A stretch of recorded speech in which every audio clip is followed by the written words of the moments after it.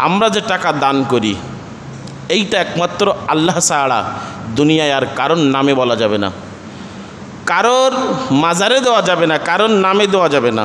একমাত্র মানত নেওয়ার একমাত্র করতে হবে আল্লাহর নামে।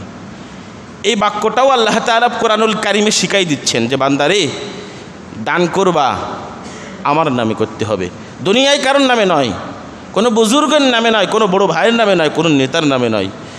কত নম্বর আয়াত? সূরাতুস সাফফাতের আল্লাহ রাব্বুল আলামিন সুন্দর করে বলতেছেন, সূরাতুল বাকারার 270 নম্বর আয়াত। আল্লাহ রাব্বুল আলামিন বান্দাকে শিখিয়ে দিচ্ছেন কিভাবে দান করতে হবে, কার নামে করতে হবে। যদি তুমি মানত করো, মানতও কার নামে করতে হবে, কোথায় দিতে হবে, আল্লাহ রাব্বুল আলামিন সুন্দর করে বলতেছেন, বান্দারে শুনে নাও। আনফাকতুম মিন নাফাকাতিন আও নাযারতুম মিন নাযরিন ফাইন্নাল্লাহা ইয়ালামু। আল্লাহ রাব্বুল আলামিন বলতেছেন, আমি তোমার যা দিয়েছি টাকা পয়সা, এ থেকে যদি তুমি দান করতে চাও আল্লাহর নামে দিতে হবে। রব্বুল আলামিন বলতেছেন এই মানতটা নিশ্চয় আল্লাহ ছাড়া বাকি যার নামে তুমি দিবে রে বান্দা, সাথে সাথে শিরিক হয়ে যাবে। আর শিরিক করার সাথে সাথে জীবনের নেক আমলগুলো সাথে সাথে ধ্বংস হয়ে যাবে।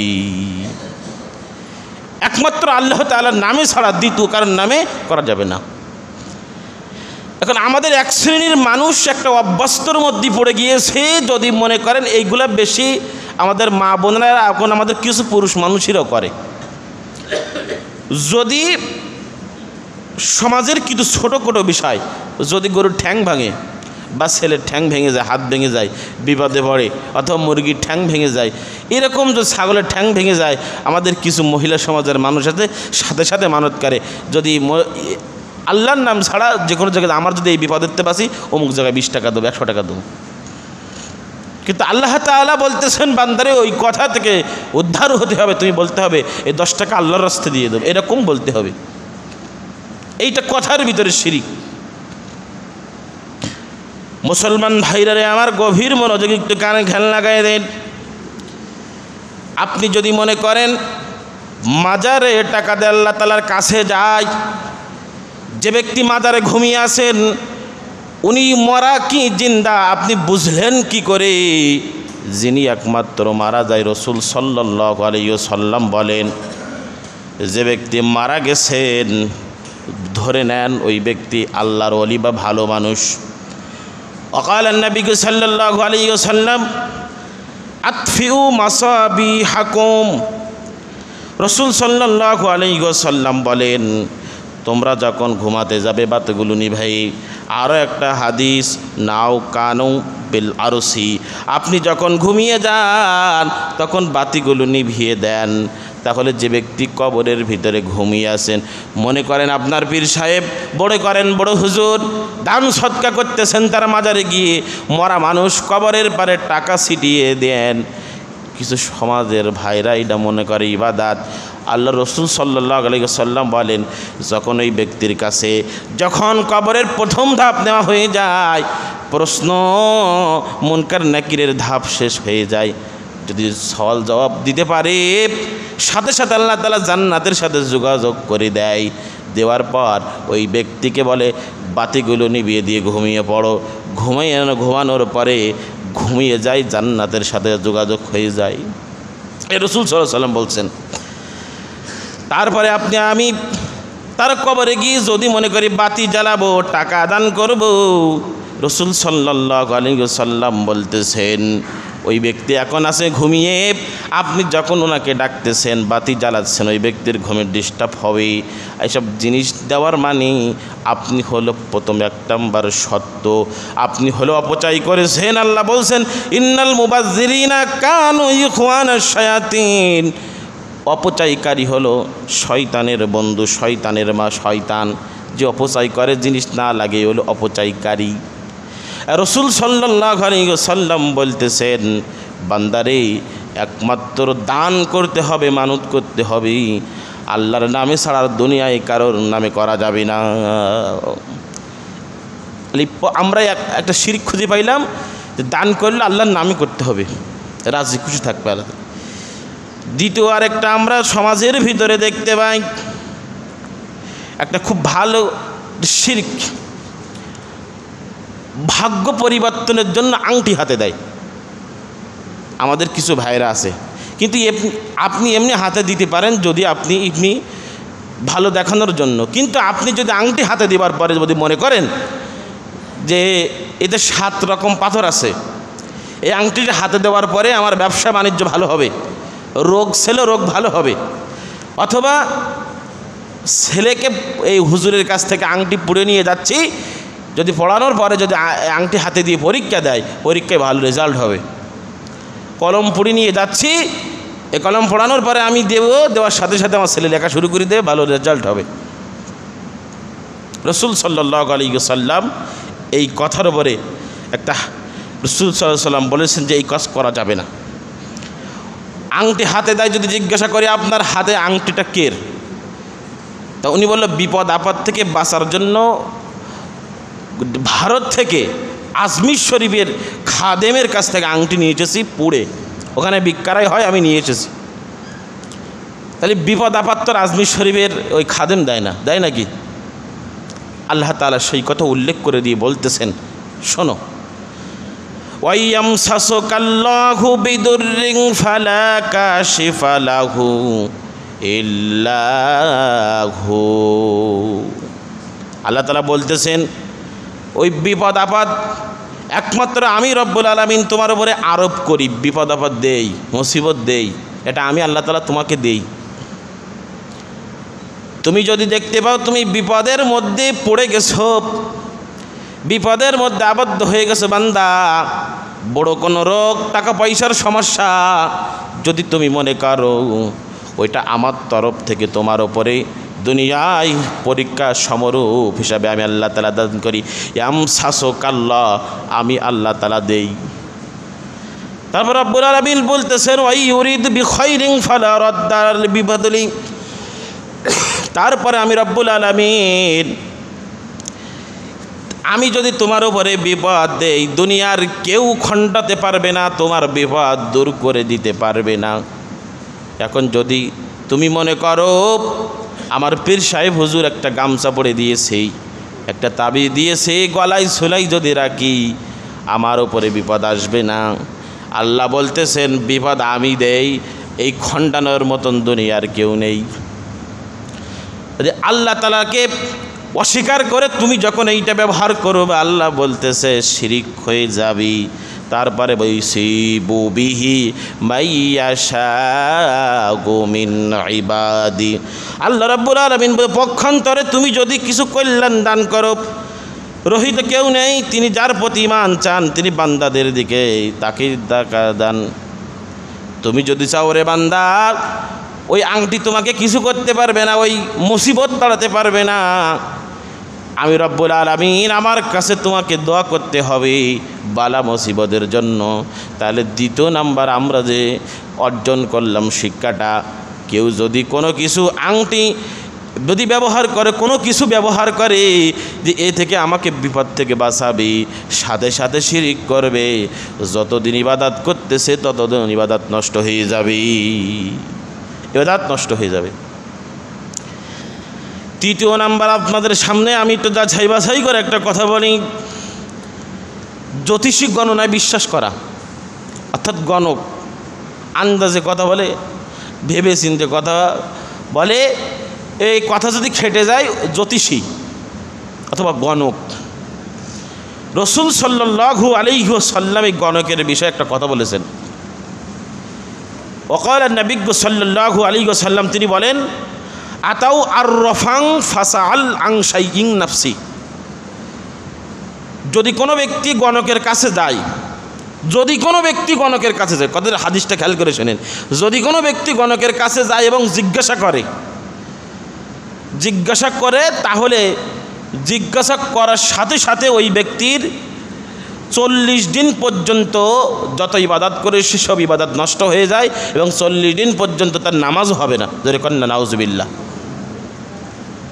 হাদিসটা সহিহ মুসলিম শরীফের হাদিস। 5957 নম্বর হাদিস। গণকের কাছে গিয়ে যদি জিজ্ঞাসা করে যে আমার ভবিষ্যৎ সম্পর্কে বলেন, আমি কয়টা আমার ছেলে মেয়েদের ভবিষ্যৎ সম্পর্কে একটু বলেন, আমার ভবিষ্যৎ সম্পর্কে বলেন, বা ও অগ্রিম আন্দাজে কথা বলে দেয়। আল্লাহ রসুল থেকে একটা মুসলিম শরীফ থেকে একটা হাদিস নিলাম। এবার কোরআনুল কারিম থেকে সূরাতুল লোকমানের ভিতরে আল্লাহ তাআলা আয়াতে কালিমা নাজিল করছেন। সূরা লোকমান 34 নম্বর আয়াত, ওয়ামা তাদরি নাফসুম মাযা তাকসিবু গাদা ওয়ামা তাদরি নাফসুম বিআইয়ি আরদিন তামুত। আল্লাহ তাআলা বলতেছেন, বান্দা আগামীকালকে কি হবে আর আগামীকালকে তুমি কি উপার্জন করবা এই খবর আমি ছাড়া আর দুনিয়ায় কেউ জানে না। আজকে শুক্রবার, শনিবারে কি হবে এই খবর একমাত্র আমি ছাড়া আর কেউ জানে না। আগামীকালকে তুমি কয় টাকা আয় করবা, 500 টাকা হাজরি খাটবা নাকি মুনিশ খাটবা, কোথায় থাকবা কি মারা যাবা, এই খবর একমাত্র আমি রব্বুল আলামিন ছাড়া আর দুনিয়ার পরে কেউ জানে না। আমি ছাড়া আর কেউ জানে না। এমনি তুমি বলতে পারো যে আগামীকাল কাজ আছে, আল্লাহ যদি আমাকে বাঁচায় তাহলে ওই কাজটা করতে পারি, এরকম করতে পারে। কিন্তু তুমি 500 টাকা আয় করতে হবে, তো অগ্রিম কথা তুমি বলতে পারবে না, একমাত্র আমি ছাড়া। আমাদের সমাজের গণক জ্যোতিষী, রসুলের সময় এই গণক জ্যোতিষী যারা ছিল তারা এরকম কথা বলতো।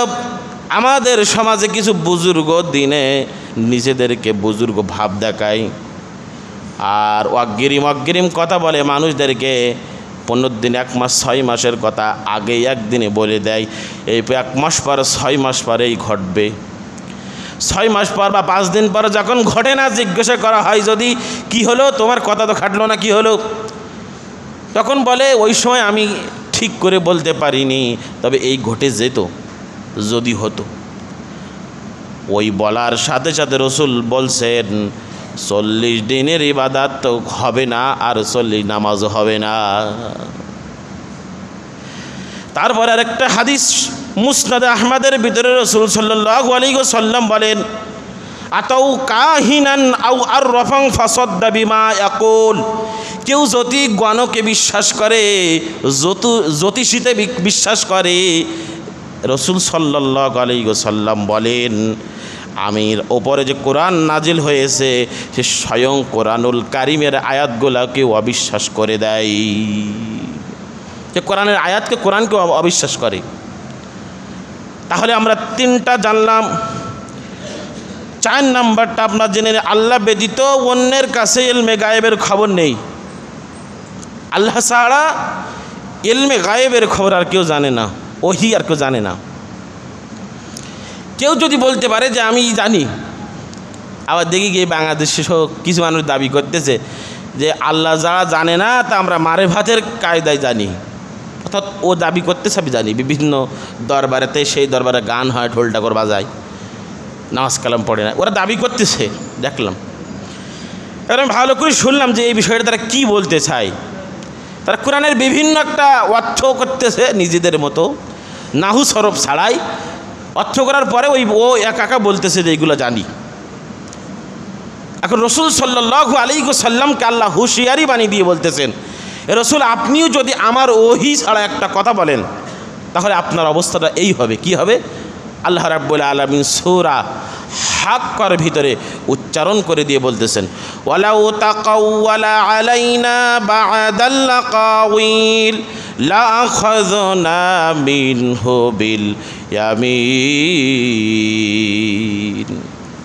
রসুল যদি আপনি যদি আমার ওহি ছাড়া ডাইরেক্ট জিব্রাইলের মাধ্যমে ওহিয়ে গয়রে মাতলু আর ওহিয়ে যদি আপনি যদি আমার কথা ছাড়া একটা কথা বলতেন, আপনার কণ্ঠনালীটা আমি চেপে ধরে ভেঙে দিতাম, আপনাকে আমি পা নাড়ানোর শক্তি দিতাম না। আল্লাহ নিজে আয়াতে কালিমা নাজিল করে রসুলকে হুঁশিয়ারি করতেছেন। আল্লাহর রসুল সাল্লাল্লাহু আলাইহি ওয়াসাল্লাম বলতেছেন আমি যা বলেছি সব আল্লাহ তাআলা আমাকে বলাইছে না ওহী। আল্লাহ রাব্বুল আলামিন কোরআনুল কারীমের ভিতরে বলতেছেন, ওয়া ইনদাহু মাফাতিহুল গায়বা লা ইয়ালামুহা ইল্লাহু, এই সমস্ত গায়েবের চাবিকাঠি একমাত্র আমি আল্লাহ তাআলার হাতে, আর দুনিয়ার কারো হাতে না। কেউ যদি অগ্রিম কথা বলে, তোমাকে পথভ্রষ্ট করতে চায়, তোমাকে বলতে চায় ও মিথ্যা কথা বলেছে, ও কুফরি করেছে, ও শিরক করেছে, ও শয়তান সমাজের ভিতরে মানুষকে বিভ্রান্ত করার জন্য ও অগ্রিম কথা বলে মানুষকে থামানোর চেষ্টা করতেছে, এই একটা শিরিক।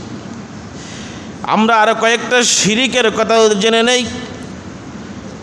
রসুল সাল্লাল্লাহু আলাইহি ওয়াসাল্লাম আরেকটা শিরিকের কথা বলেছেন, রিয়া, আরবি শব্দ, তার বাংলা অর্থ হলো লোক দেখানো ইবাদত। অর্থাৎ নামাজ, রোজা, হজ, যাকাত, ইসলামের যত বিধিবিধান ইবাদতগুলো আছে ওইটা মানুষ দেখানোর জন্য করে, আল্লাহ তাআলা রাজি খুশি করার জন্য করে না। আল্লাহ রাব্বুল আলামিন তাদের সম্পর্কে কোরআনুল কারীমের ভিতরে সূরাতুল মাউনের ভিতরে বলছেন, ফাওয়াইলুল লিল মুসাল্লিন, ওই সব নামাজিরা ধ্বংস। কারা? যারা আল্লাযীনা হুম ইউরাউন, যারা মানুষের সামনে লোক দেখানো ইবাদত করে। মনে করে লোক দেখানো, মানুষকে দেখানোর জন্য আরও নিজেকে জাহির করে, একমাত্র রাজি খুশি থাকার জন্য আল্লাহ ছাড়া অন্য কাউকে করা যাবে না। এখন রব্বুল আলামিন এই কথা উচ্চারণ করে দিয়ে বলছেন, ওই নামাজিরা ধ্বংস, যারা নামাজ পড়ে এবং মানুষকে দেখানোর জন্য পড়ে তারাই ধ্বংস। রসুল সাল্লাল্লাহু আলাইহি ওয়াসাল্লাম হাদিসের ভিতরে বলেন, কিয়ামতের ময়দানে আমি শরীকদেরকে শরীকানা থেকে মুক্ত, এবং যে ব্যক্তি আমল করেছে এবং আমলের মাঝে সাথে অন্য কাউকে অংশীদার করেছে, আমি তাকে পরিত্যাগ করলাম লোক দেখানোর জন্য নেক আমল করা। হাদিস শরীফে শিরিক বলে উল্লেখ করা হয়েছে। রসুল সাল্লাল্লাহু আলাইহি ওয়াসাল্লাম বলেন, যে ব্যক্তি লোক দেখানোর মতো নামাজ পড়বে, রসুল সাল্লাল্লাহু আলাইহি ওয়াসাল্লাম বলেন সে ব্যক্তি শিরিকের ভিতরে নিমজ্জিত হলো। যে ব্যক্তি লোক দেখানোর জন্য রোজা রাখেছে, শিরিক করলো। লোক দেখানোর জন্য দান করে, রব্বুল আলামিন বলতেছেন ওই ব্যক্তি শিরিক করলো। তারপরে আরও বলেন, যে ব্যক্তি আল্লাহ রব্বুল আলামিন সহ বিভিন্ন জায়গায় হাদিসের ভিতরে উল্লেখ করা হয়েছে, লোক দেখানোর জন্য যে ব্যক্তি ইবাদত করবি, মানুষকে দেখানোর জন্য যে ব্যক্তি ইবাদত করবে, সে ব্যক্তি শিরিকের মধ্যে নিমজ্জিত হয়ে যাবে। কয়েকটা হাদিসের ভিতরে রাসূল ঘৃণার পাত্র হিসেবে মানুষদেরকে আখ্যা দিয়ে বলেছেন যে এই কাজ করা যাবে না। ওয়াকাল রাসূলুল্লাহ সাল্লাল্লাহু আলাইহি ওয়াসাল্লাম, আখওয়াফা মা আখওয়াফা আলাইকুমুশ শিরকা, নিশ্চয় আমি তোমাদের ব্যাপারে সবচেয়ে বেশি আশঙ্কা করেছি যে শিরিকে আসগার, অর্থাৎ গোপন শিরিক। কোন ব্যক্তি লোক দেখানো ইবাদত করতেছে এইটা বোঝা যায় না, কারণ তার ওই ধারণাটা অন্তরের ভিতরে থাকে। এই জন্য শিরিকে আসগার বলা হয়, তার ছোট শিরিক, তার গোপন শিরিক। রসুল সাল্লাল্লাহু আলাইহি ওয়াসাল্লাম হাদিসের ভিতরে মুসনাদে আহমদ শরীফের ভিতরে 23,635 নম্বর হাদিসের ভিতরে বলেন, আমি সবচেয়ে বেশি আশঙ্কা করতেছি কিয়ামতের ময়দানে কিছু মানুষ শিরিকে আসগার করার কারণে জাহান্নামে যাবে। একজন বললে, ইয়া রাসূলুল্লাহ, ইয়া হাবিবাল্লাহ, শিরিকে আসগার কি? কিলা ইয়া রাসূলুল্লাহ সাল্লাল্লাহু আলাইহি ওয়াসাল্লাম, শিরিকে আসগার কি? রাসূল সাল্লাল্লাহু আলাইহি ওয়াসাল্লাম বলেন, ওমা আসগারু বিমা ইয়া রাসূলুল্লাহ ক্বালার রুয়া। রাসূল সাল্লাল্লাহু আলাইহি ওয়াসাল্লাম বলেন, শিরিকে আসগার হলো ওই শিরিক যে শিরিক মানুষ লোক দেখানোর জন্য ইবাদত করবে। কিয়ামতের আগে কিছু মানুষ এমন হবে ইবাদতটা করবে মানুষকে জানান দেওয়ার জন্য, মানুষকে দেখানোর জন্য করবে, মানুষকে দেখানোর জন্য বেশি বেশি করতে থাকবে। আবু সাঈদ খুদরি রাদিয়াল্লাহু তাআলা আনহু বলেন, রাসূল সাল্লাল্লাহু আলাইহি ওয়াসাল্লাম আমাদের কাছে আসলেন এবং দাজ্জাল প্রসঙ্গে আলোচনা করছিলেন। তিনি বললেন, তোমাদের এমন একটা বিষয় আমি নিয়ে যাব দাজ্জালের চেয়ে ভয়ঙ্কর। আমরা বললেন ইয়া রাসূলুল্লাহ, ইয়া হাবিবাল্লাহ, সেটা কি? রাসূল সাল্লাল্লাহু আলাইহি ওয়াসাল্লাম বলেন সেটা হলো শিরকে খফি, অর্থাৎ গোপন শিরিক। যারা গোপনে গোপনে শিরিক করে, রাসূল সাল্লাল্লাহু আলাইহি ওয়াসাল্লাম বলতেছেন এইটা দাজ্জালের চেয়ে ভয়ঙ্কর শিরিক। দাজ্জাল যেরকম ভয়ঙ্কর, তার চেয়ে ভয়ঙ্কর শিরিক হলো কি? গোপনে শিরিক করা এবং শিরিক আসগার। রাসূল সাল্লাল্লাহু আলাইহি, এটা শয়তানের বড় দুশমন। শয়তান এইটা মানুষকে ধোঁকা দেয়। এই শিরিকটার জন্য শয়তান মানুষকে অনেক চেষ্টা করে। যখন ও বাড়ি থেকে বাহির হয়, ও বাড়ি থেকে বাহির হয়ে যখন মসজিদে আসা শুরু করে, তখন ওর ভিতরে ধোঁকা দিয়ে শয়তান ওর মন মানসিকতাটা আল্লাহর দিক থেকে বিমুখ করে রাখার চেষ্টা করে। তৃতীয় নাম্বার হলো রাসূল সাল্লাল্লাহু আলাইহি ওয়াসাল্লাম বলছেন আল্লাহ তাআলা যে বিধিবিধানগুলো দিয়েছেন। 6 নম্বরে শিরিক হলো আল্লাহ তাআলা যে বিধিবিধানগুলো দিয়েছেন সেইটা না মেনে মানুষের তৈরি করা বিধিবিধান, নিয়ম কারণগুলো মেনে চলে। এটা একটা শিরিক। কীরকম শিরিক? আল্লাহ রাব্বুল আলামিন সূরাতুল বাকারা 256 নম্বর আয়াতে বলেন, ওয়ামাই ইয়াকফুর বিত্তাগুতি ওয়া ইউমিন বিল্লাহি ফাকাদ ইসতামসাকা বিল উরওয়াতিল উসকা লা ইনফিসামা লাহা। অতএব যে ব্যক্তি তাগুতকে অস্বীকার করে এবং আল্লাহর উপর ঈমান আনে, সে ধারণা করে যে আল্লাহ সর্বে শক্তিশালী, যা ছিঁড়িবার নয়। আল্লাহর রশি শক্তিশালী, ছিঁড়িবার নয়। রাসূল সাল্লাল্লাহু আলাইহি ওয়াসাল্লাম তাগুতকে অস্বীকার করার কথা বলেছেন। অর্থাৎ মুমিন ব্যক্তি হচ্ছে নশস্র লাগামের মতো উটতুল্য। রাসূল সাল্লাল্লাহু আলাইহি ওয়াসাল্লাম একটা ইবনে মাজা শরীফের ভিতরে হাদিস বলছেন যে মুসলমানেরা, মুমিনেরা, ইমানদারেরা হলো নাকের দড়ি লাগানোর মতো। কে লাগানোর মতো? দেখবেন গরু, মহিষ, আমরা অনেক সময় যখন কথা না শুনে যখন লাফালাফি করে, তখন অনেকে নাকের দড়ি বেঁধে নিয়ে যায়।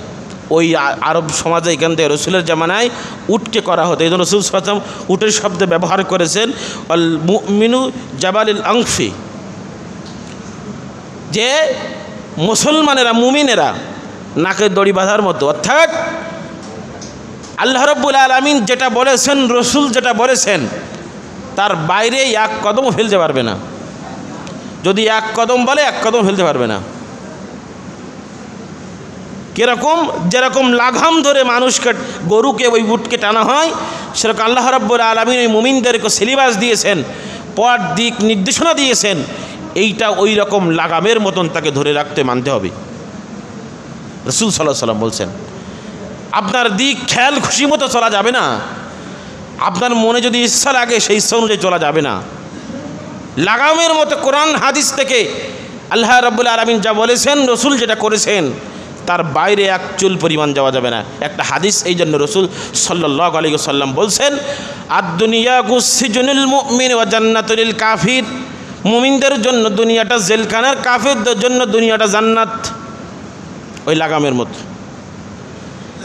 রসুল সাল্লাল্লাহু আলাইহি ওয়াসাল্লাম আরও বলেন, আল্লাহ ও তার রসুলের কোনো বিষয় যদি ফাইসালা করে দেয়, কোনো মুমিন নারী পুরুষের বিষয় চিন্তা ভাবনা ছাড়া তাকে মানতে হবে।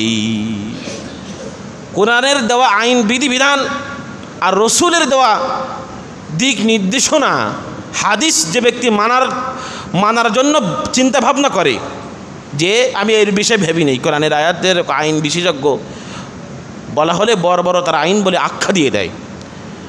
এই যেমন বাংলাদেশে একটা কমিশন গঠন হয়েছে, নারীদের সংস্কার কমিশন। আমরা কিছুদিন সোশ্যাল মিডিয়ায় দেখতে পেলাম। এই কমিশনের ভিতরে নারীদেরকে আল্লাহ তাআলা যে বিধানগুলো দিয়েছেন, সবগুলো বিধান উল্টিয়ে দিয়েছে। এক নম্বর তারা বিধান খাড়া করেছে, নারীদেরকে পর্দার নামে আটকে রাখা যাবে না। আর দ্বিতীয় কথা হলো, যারা হলো যৌনকর্মী, অর্থাৎ যারা জিনা করে মহিলারা, এদেরকে শ্রমিকের মর্যাদা দিতে হবে। যেরকম মানুষ কাজ করে এরকম শ্রমিক। কত বড় কোরআন বিরোধী কথা। আর দ্বিতীয় আরেকটা কথা বলেছে, নিকৃষ্ট কথা। কোনো স্বামী স্ত্রী যদি ঝগড়া করে, মনে করে ঝগড়া হয়েছে স্বামী স্ত্রী। এখন স্বামী যদি স্ত্রীকে জোর করে মিলন করে, তাহলে ওই ব্যক্তি ধর্ষণ করবে মহিলাকে। কত বড় কোরআন বিরোধী কথা। এখন যে কমিশন, যে 9 জন মহিলা মিলে এইটার একটা 309 পৃষ্ঠা একটা লিস্ট দিল, প্রধান উপদেষ্টার কাছে এই লিস্ট দিল নারীদের সম্পর্কে। এখন তাদেরকে পুরো সাংবাদিকরা জিজ্ঞাসা করা হলো যে আপনি যখন এই বিধানটা, এই কমিশনটা আইনের জন্য, বাস্তবায়নের জন্য দিয়েছেন, এই 95% বাংলাদেশে ম্যাক্সিমাম মুসলমানের থেকে কোরআন বিরোধী কথাগুলো যখন আপনি উপদেষ্টার সামনে বলেছেন, তখন আপনি উপলব্ধি করেছেন এই কোরআন বিরোধী কথা। তা যিনি ওই কমিশনের প্রধান, তিনি বলতেছেন যে ধর্মটা হলো আবেগের জায়গা, এটা হলো আল্লাহর বিধান, ওটা রসুলের বিধান, ওটা যে মানবে মানবে, না মানবে না মানবে, ওতে আমার যায় আসে না। আর রসুল সাল্লাল্লাহু আলাইহি আল্লাহ রাব্বুল আলামিন কি বলছেন, যে আমি যেটা বলেছি আর রসুল যেটা ফাইসালা দিয়েছে, এটা মাথা ছাউ করে গ্রহণ করতে হবে, কথা বলা যাবে না, ওর ওপরে কোনো আওয়াজ করা যাবে না, যদি তুমি কি হও, মুমিন হও, মুসলমান হও। আর আমরা কি করতেছি, কোরআন হাদিসের কথা যদি কোনো জায়গায় কোনো একটা কোরআনের আইনের কথা যদি বলা হয় যে আইনটা এখানে প্রতিষ্ঠিত থাকুক, ও তখন বলে ও ধর্মীয় আইনের জায়গায় মানানোর দরকার নেই।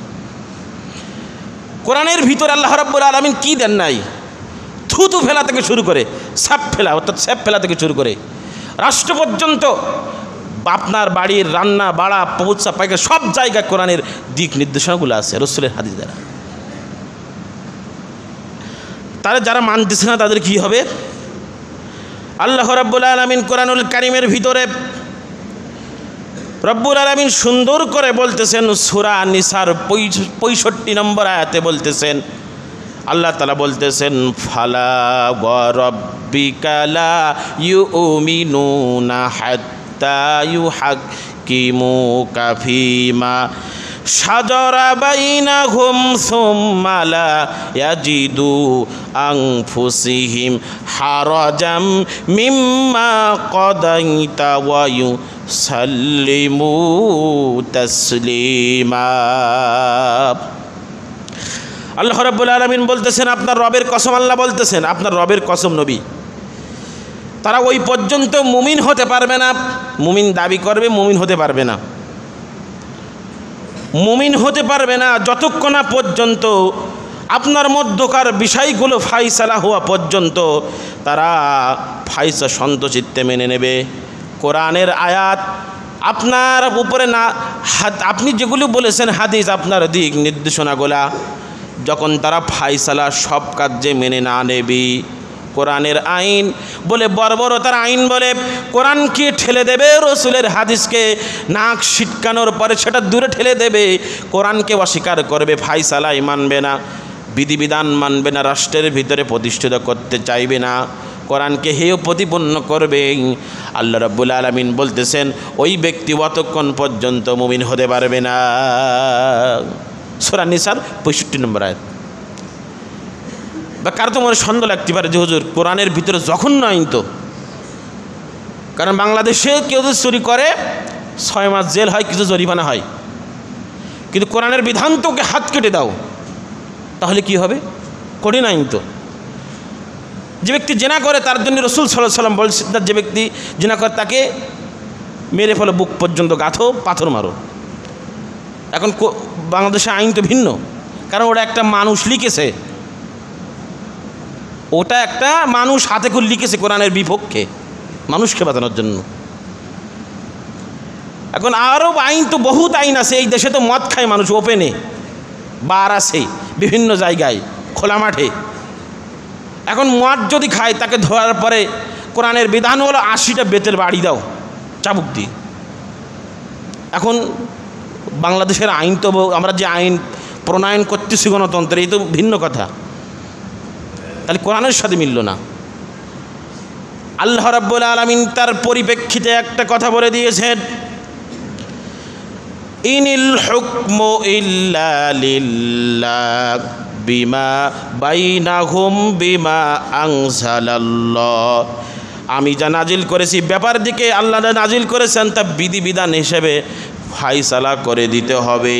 একটা বিধান যদি আপনি প্রতিষ্ঠিত করে দিতে পারেন, একটা চোর, একটা ডাকাত, একটা ধর্ষণকারী, একজন ডাকাতকে ধরে যদি আপনি কোরআন অনুযায়ী বিচার করে প্রচার করতে পারেন, জীবনে আর সমাজেতে যে মানুষগুলো আছে চুরি, ডাকাতি, মদ খাওয়া, জিনা ব্যভিচারের কথা কখনো বলবে না, কখনো তারা স্মরণ রাখবে না, বলার চেষ্টা করবে না। আল্লাহ তাআলা আরও এক জায়গায় কোরআনুল কারীমের ভিতরে ফায়সালা হিসেবে বলেছেন, যদি কোরআনের আইন তোমরা মেনে নাও তাহলে কি হবে? ওয়ালাউ আন্না হালাল কুরাব আমানু ওয়াত্তাকাউ লাফাতাহনা আলাইহিম বারাকাতিম মিনাস সামাই ওয়াল আরদ। যদি এইভাবে আমরা কোরআনের আইন, রসুলের হাদিস যদি মেনে নাও, ফায়সালা হিসাবে সব জায়গায় প্রতিষ্ঠিত কর, কোরআনকে প্রাধান্য দাও, রাষ্ট্রীয় পর্যায় পর্যন্ত নিয়ে যাও, দুনিয়ায় তোমার আসমান থেকে যত রহমত আছে বর্ষিত হবেই। সমাজে প্রতিষ্ঠিত করলে সমাজে হবে, রাষ্ট্রে প্রতিষ্ঠিত করলে রাষ্ট্রে হবে। তোমাদের উপরে সমস্ত রহমতগুলো আল্লাহ তাআলা আসমান থেকে তোমার উপরে দান করবেন। সম্মানিত হাজী কারাম, এখন আপনাদের সামনে আমি যে কথাটা উপস্থাপন করে বলতেছি, আল্লাহ তাআলা যে আইন দিয়েছেন, রসুল সাল্লাল্লাহু আলাইহি ওয়াসাল্লাম যে হাদিস আমাদের মাঝে নিয়ে এসেছেন, এই আইন কানুন বিধিবিধান ছাড়া সমাজের ভিতরে কখনো শান্তি প্রতিষ্ঠিত করা সম্ভব নাই। আল্লাহ তাআলা আরেকটা আয়াতের ভিতরে কঠোর হুঁশিয়ারি দিচ্ছেন, আলা লাহুল খালকু ওয়াল আমর, আমি সৃষ্টি করেছি, আমি আইন প্রণয়ন করব, আর দুনিয়ার কেউ করতে পারবে না। আমি সৃষ্টি করেছি, আমি সব কিছু যা দেখতেছো দুনিয়ায় কারোর ক্ষমতা নেই, আমি দিয়েছি, আমি আইন, ইনিল হুকমু, আমি আইন দিয়েছি, আমি করব, হুঁশিয়ারি দিয়েছেন। আল্লাহ রাব্বুল আলামিন আরেকটা আয়াতে কারিমার ভিতরে আলোচনা করতেছেন, সূরা নিসার ৬০ নম্বর আয়াত আল্লাহ বলতেছেন, আলাম তারা ইলাল্লাযিনা ইয়াজউমুনা আন্নাহুম আমানু বিমা উনজিলা ইলাইকা ওয়া মা উনজিলা মিন ক্বাবলিক। আল্লাহ রাব্বুল আলামিন বলছে, আপনি তাদেরকে দেখেননি যারা বলেছে আমরা ঈমান এনেছি, তো আপনার উপর অবতীর্ণ হয়েছে যে কিতাব, আপনার পূর্বে যা হয়েছে তার উপরে যারা বিশ্বাস আপরূপ করে, এ ব্যাপারে তাগুতের নিকটে গমন করে, যা বিশ্বাস করে না এবং তাগুতের কাছে যায়। আল্লাহ রাব্বুল আলামিন বলতেছেন, অথচ তাগুতকে তারা বেশি প্রাধান্য দেয়, তাদের নির্দেশে দেওয়া হয়েছিল, তা তাগুতকে বেশি প্রাধান্য দেয়, আর যারা ইমানদার তারা দিবে না। আর তারা এই কথা উল্লেখ করে তার রসুলকে জানিয়ে দিয়েছেন। সবচেয়ে একটা কথা বলতে চাই, এই একটা শিরিক, কিন্তু আপনাকে আমাকে বেঁচে থাকার জন্য চেষ্টা করতে হবে, কি করে এর থেকে বাঁচা যায়, মরণের আগ পর্যন্ত চেষ্টা করতে হবে, কী করে এই শিরিক থেকে পরিত্রাণ পাওয়া যায়। সব জায়গায় আমরা এমন জিনিসগুলা কোরআন বিরোধী করে খাড়া করে দিয়েছি।